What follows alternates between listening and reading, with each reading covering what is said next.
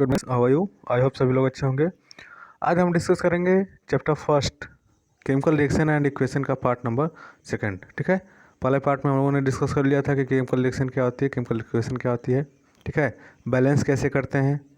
आज हम देखेंगे कि कितने टाइप की केमिकल रिएक्शन होती हैं। ठीक है, टाइप ऑफ केमिकल रिएक्शन, कुछ इंपॉर्टेंट डिफरेंट टाइप की केमिकल ऑफ रिएक्शन है। ठीक है, उन्हें हम डिस्कस करेंगे। तो इसमें जो सबसे पहला है वो क्या है? Combination reaction. ठीक है, कॉम्बिनेशन रिएक्शन क्या होता है? कंबाइन का होना। ठीक है, जैसे क्या होता है कि कोई भी रिएक्टेंट होगा, ठीक है, इसके लिए क्या होगा कि कम से कम दो रिएक्टेंट हमारे पास होने चाहिए। ठीक है, कंबाइन होने का मतलब क्या होता है? एक दूसरे के साथ जुड़ना। ठीक है, होता क्या है कि जब दो या दो से अधिक रिएक्टेंट एक दूसरे के साथ जुड़ के कोई नया प्रोडक्ट बनाते हैं तो उसको हम क्या कहते हैं? कॉम्बिनेशन रिएक्शन कहते हैं। ठीक है, जैसे आप लोगों ने जो नॉर्मल लाइफ में यूज होता है, आप लोगों ने देखा होगा कि चूना, जो चूना होता है, ठीक है, उसमें जब हम पानी डाल देते हैं तो उसमें बुलबुले उठने लगते हैं। ठीक है, और बहुत ही हीट हो जाता है वो जो भी पॉट रहता है वो बहुत ही, उसमें बहुत ज़्यादा एनर्जी निकलती है। वो किसका एग्जाम्पल है? वो कॉम्बिनेशन रिएक्शन का ही एग्जाम्पल है। ठीक है, चलिए यहाँ पे देखते हैं।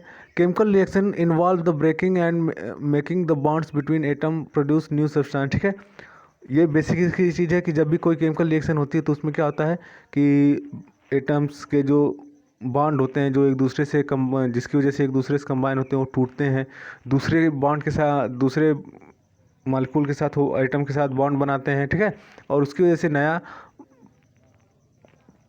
नया प्रोडक्ट हमारा बनता है।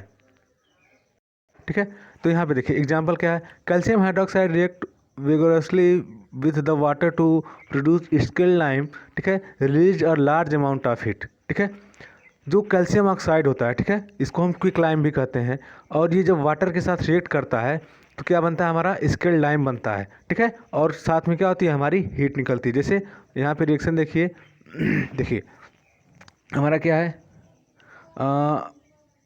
कैल्शियम ऑक्साइड है। ठीक है, और प्लस हमारा क्या है? वाटर है। ठीक है, आई होप सबको समझ में आ रहा होगा।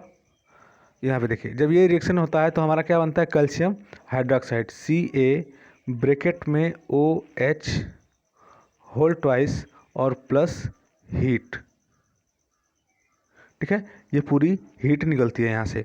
अब देखिए यहाँ सबसे पहले तो ये हमारी रिएक्शन कंप्लीट हो गई। इसको बैलेंस करते हैं। देखिए कैल्शियम 1, ठीक है, तो यहाँ पे भी कैल्शियम का 1 है। ऑक्सीजन यहाँ पे देखो 1 है, यहाँ पे 1 है, यानी कि ऑक्सीजन के 2 मॉलिक्यूल हैं, तो ऑक्सीजन के भी 2 मॉलिक्यूल। ये जो ब्रैकेट लगा हुआ है बाहर वो पूरे OH मॉलिक्यूल के लिए लगा हुआ है। ठीक है, तो ऑक्सीजन का भी 2 मॉलिक्यूल हो गया और हाइड्रोजन का भी 2 मॉलिक्यूल हो गया। हमारी बैलेंस रिएक्शन क्या है? बैलेंस्ड है। तो ये जो रिएक्शन थी वो किसकी एग्जांपल थी? ये कॉम्बिनेशन रिएक्शन की एग्जांपल थी। ठीक है, ये किसकी एग्जांपल थी? कॉम्बिनेशन रिएक्शन की। आपको इम्पॉर्टेंट ये है कि आपको रिएक्शन जरूर लर्न होनी चाहिए। ठीक है, आपको रिएक्शन ध्यान में होना चाहिए। जब भी आप किसी चीज़ की डिफिनीशन लिखोगे तो बस उसमें केमिस्ट्री में डिफिनीशन लिखने से काम नहीं चलेगा, साथ में रिएक्शन भी आपको देना पड़ेगा। ठीक है, चलिए आगे आते हैं। तो यहाँ पे देखिए इसकी डिफिनीशन दी गई है। Such a reaction in which a simple product is form from 2 or more reactant is known as combination reaction. जैसा कि मैंने आपको समझाया कि जब 2 या 2 से अधिक रिएक्टेंट एक दूसरे के साथ कंबाइन होते हैं, ठीक है, और एक नया प्रोडक्ट बनाते हैं, ऐसे रिएक्शन को हम क्या कहते हैं? कॉम्बिनेशन रिएक्शन कहते हैं। ठीक है, देखिए यहाँ पे ये रिएक्शन भी आपको इंपॉर्टेंट है, लर्न होनी चाहिए। ठीक है, जब क्या होता है कैल्शियम हाइड्रोक्साइड को कार्बन डाइऑक्साइड, जब कैल्शियम हाइड्रोक्साइड में कार्बन डाइऑक्साइड गैस फ्लो करवाते हैं तो वहाँ पे क्या होता है? वो कैल्शियम कार्बोनेट में चेंज हो जाता है। ठीक है, और हमारा वाटर क्या हो जाता है? अलग हो जाता है। ठीक है, चलिए आगे देखते हैं। यहाँ पे कुछ इम्पॉर्टेंट रिएक्शंस हैं, इसको आप लोग ध्यान में रखेंगे। देखिए यहाँ पे एक टर्म दिया गया है एक्सोथर्मिक एंड एंडोथर्मिक। एक्सोथर्मिक का मतलब क्या होता है? एक्सोथर्मिक का मतलब होता है कि एक ऐसी रिएक्शन जिसमें क्या हो? हीट बाहर निकल रही हो। ठीक है, जैसे अभी अभी हम लोगों ने कैल्शियम ऑक्साइड वाली रिएक्शन पढ़ी। ठीक है, उसमें क्या था? वो एक एक्सोथर्मिक रिएक्शन थी। वहाँ पे क्या हो रहा था? हीट बाहर निकल रही थी। कुछ ऐसी रिएक्शन होती हैं जहाँ पे हीट देना पड़ता है। ठीक है, मतलब कि वो बिना हीट के रिएक्शन आगे नहीं बढ़ सकती। बट और कुछ होती हैं कि उसमें लास्ट में एज अ प्रोडक्ट के साथ हमारी हीट भी निकलती है, उस रिएक्शन को हम क्या कहते हैं, एक्सोथर्मिक रिएक्शन कहते हैं। ठीक है, we all know that we need energy to stay alive. We get the energy from the food we eat. During digestion, food is broken down into simpler substances. For example, rice, potato, and bread contain carbohydrates. These carbohydrates are broken down from the glucose. This glucose combine with oxygen in the cell of our body and provide energy. ठीक है, the special name of this reaction is respiration. Respiration आप लोगों को ध्यान में रखना है, आपसे अक्सर पूछा जाएगा कि what is the respiration. Respiration क्या होता है, हमारी बॉडी के अंदर जो रिएक्शन होती है, ठीक है, जिसमें क्या होता है कि डाइजेशन के दौरान ग्लूकोज में, कार्बोहाइड्रेट का ग्लूकोज में टूटना क्या कहलाता है, रेस्पिरेशन कहलाता है। ठीक है, इसकी इक्वेशन भी आपको ध्यान में रखनी है। जैसे ग्लूकोज क्या है,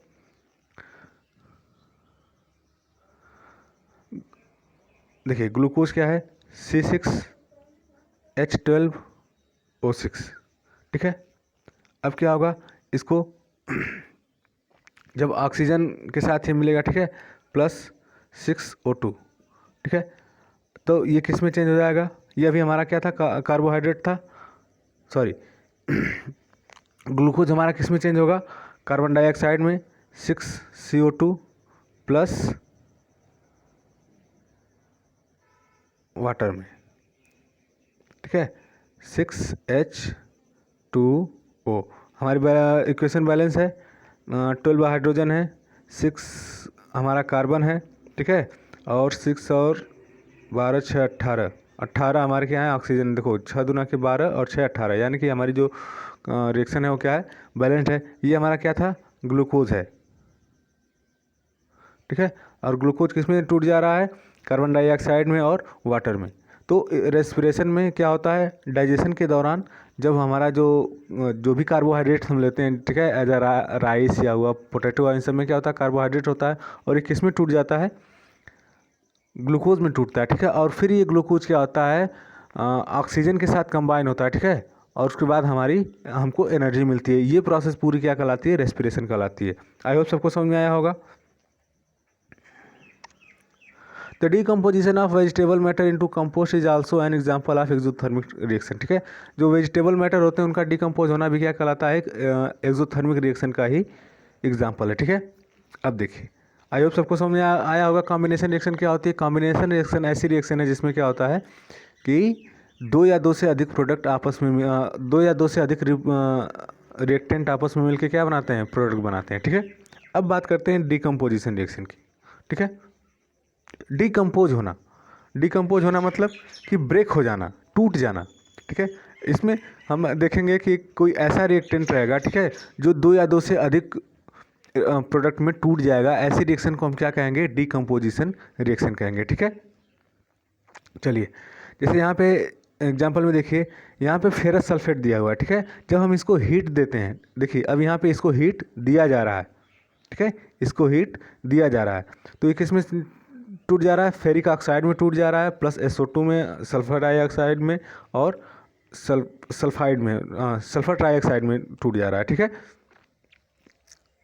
किस में टूट जा रहा है, फेरिक ऑक्साइड में, सल्फर डाइऑक्साइड में, और सल्फर ट्राइऑक्साइड में टूट जा रहा है। ठीक है, तो यहाँ पे क्या है, जो फेरिक ऑक्साइड होता है एक सॉलिड होता है, इसीलिए इसके आगे सॉलिड लिखा हुआ है। एग्जाम्पल हम लोग समझते हैं इसको। देखिए क्या था हमारा, फेरिक सल्फेट था। ठीक है, FeSO4 था। ठीक है, और ये इसको जब हमने क्या किया, हीट दिया। ठीक है, इसको हमने क्या दिया, हीट प्रोड्यूस करवाया, तो किस में टूट रहा है, फेरिक ऑक्साइड में, यानी कि Fe2O3। ठीक है, प्लस SO2 प्लस ये सल्फर डाइऑक्साइड, और ये क्या है, सल्फर ट्राइऑक्साइड। ठीक है, इक्वेशन बैलेंस कर लेते हैं, यहाँ पे 2 है। ठीक है, 3 2 5 3 8 है। ठीक है, यानी कि यहाँ पे हम कितना कर सकते हैं, इसको हम 4 कर सकते हैं, सॉरी 2 कर सकते हैं। ठीक है, इसको हमने क्या कर दिया, 2 कर दिया। अब हमारी इक्वेशन क्या है, बैलेंस है। ठीक है, तो कुछ इस तरह से यहाँ पे देखिए क्या हुआ कि इसको हमें हीट देना पड़ा। ठीक है, और जब कोई ऐसी रिएक्शन जिसको आगे बढ़ने के लिए किसकी ज़रूरत हो, हीट की ज़रूरत हो, ठीक है, एनर्जी की ज़रूरत हो, ऐसे रिएक्शन को हम क्या कहते हैं, इंडोथर्मिक, ठीक है, इंडोथर्मिक, ठीक है, इंडोथर्मिक रिएक्शन कहा जाता है, ठीक है। सबको समझ में आ गया। चलिए आगे देखते हैं। यहाँ पे उसका डिस्क्रिप्शन दिया हुआ है, ठीक है। डी का यहाँ पे उसका डिस्क्रिप्शन दिया हुआ है, उसको देख लेंगे, ठीक है। Decomposition of calcium carbonate of calcium oxide and carbon dioxide on heating is an important decomposition reaction use in various industries, ठीक है। काफ़ी इंपॉर्टेंट है, एग्जाम में पूछा भी जाता है। अभी हम लोगों ने जो पढ़ा था आगे वाला प्रोसेस, ठीक है, कि वहाँ पे कैल्शियम ऑक्साइड को वाटर के साथ रिएक्ट करवा के हम लोगों ने क्या बनाया था, स्केल लाइन बनाया था, ठीक है। फिर उसके साथ आगे रिएक्शन जब बढ़ी थी तो हमारा क्या बना था, कैल्शियम कार्बोनेट बना था, जिसको क्या हम कहते हैं, लाइम स्टोन भी कहा जाता है, ठीक है, CaCO3, ठीक है। लाइम स्टोन जब हम क्या करते हैं, उसको हीट उसमें प्रोड्यूस करवाते हैं तो लाइम स्टोन फिर से किस में ब्रेक हो जाता है, कैल्शियम ऑक्साइड में, और कार्बन डाइऑक्साइड गैस बाहर निकल जाती है, ठीक है। तो देखिए, और ये क्या है, एक डिकम्पोजिशन रिएक्शन है, क्योंकि कैल्शियम कार्बोनेट जो हो रहा है, जो लाइम स्टोन है वो किस में टूट जा रहा है, क्विक लाइम में और कार्बन डाइऑक्साइड गैस में, इसलिए क्या है, डिकम्पोजिशन रिएक्शन। यहाँ पे क्या हो रहा है, इसका डिकम्पोज हो रहा है, ठीक है। ये चीज़ें, ये टर्म याद रखेंगे कि calcium oxide is called quick lime, और सिंपली इसको लाइम भी कहा जाता है। It has many uses, one of in the manufacturing in cement, इसका सीमेंट बनाने में बहुत ज़्यादा यूज होता है, ठीक है।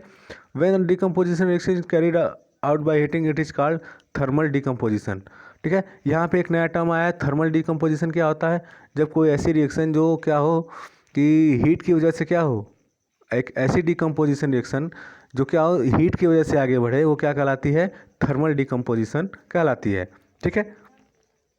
चलिए आगे देखते हैं।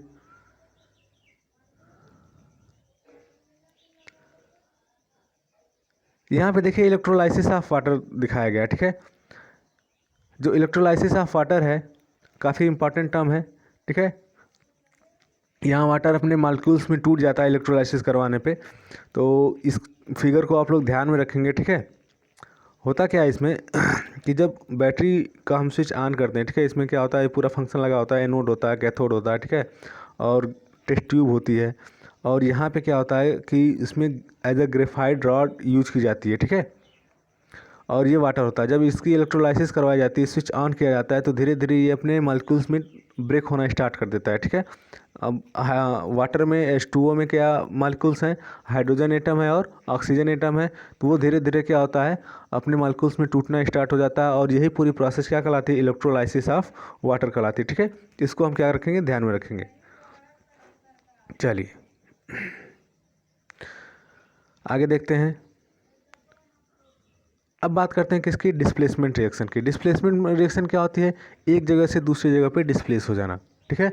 मतलब कि कोई ऐसी रिएक्शन रहेगी जो क्या होगी, मतलब उसके एटम एक जगह से दूसरी जगह पे जाके ऐड हो जाएंगे, ठीक है। तो यहाँ पे देखिए कहाँ गई इसकी डिफिनेशन।